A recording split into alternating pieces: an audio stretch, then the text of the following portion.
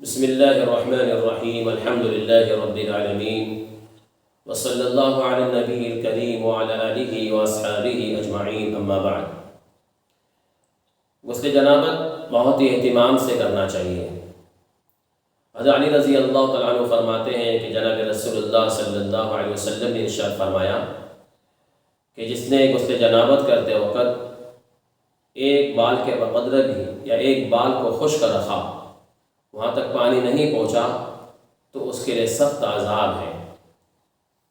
حضرت علی رضی اللہ تعالیٰ عنہ فرماتے ہیں کہ نبی اکرم صلی اللہ علیہ وسلم کی ارشاد کے بعد میں ہمیشہ اپنے سر کا حلق کرتا تھا، اس خوف سے، ڈر سے کہ کوئی بال میرا خشک نہ رہے۔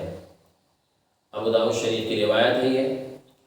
اس سے پتہ چلا کہ بہت خیال رکھ کر اور دھیان رکھ کر غسل کرنا چاہیے۔ غسل جنابت ایک فرض غسل ہے۔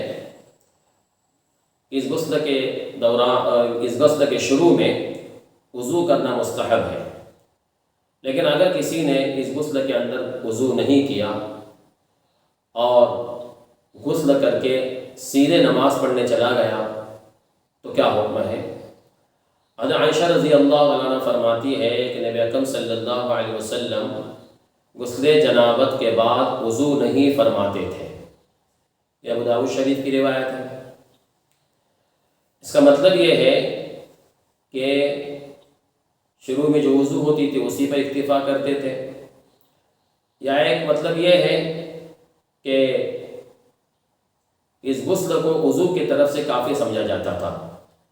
اسی لیے فقہاء نے بات لکھی ہے کہ اگر فرض غسل کرنے والا وضو نہ کرے اور دوران غسل وضو کو توڑنے والی چیزوں میں سے کوئی چیز پیش نہ آئے، جیسے کوئی عورت غسل کر رہی ہے اور اس نے وضو نہیں کیا ہے اور دوران غسل اس کی ہوا خارج نہیں ہوئی یا شرمگاہ کو ہاتھ نہیں لگا، تو اس غسل کے بعد سیدھے بغیر وضو کے نماز پڑھ سکتی ہے۔ جنابت کا غسل واجب ہونے کے بعد اسے فوراً کرنا چاہیے، تاخیر بھی کر سکتے ہیں۔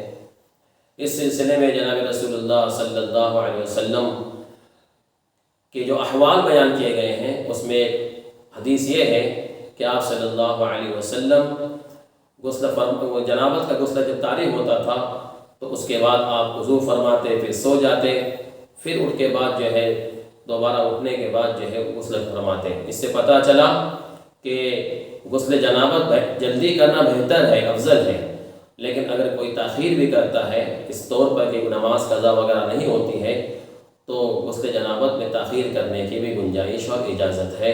واللہ اعلم بالصواب۔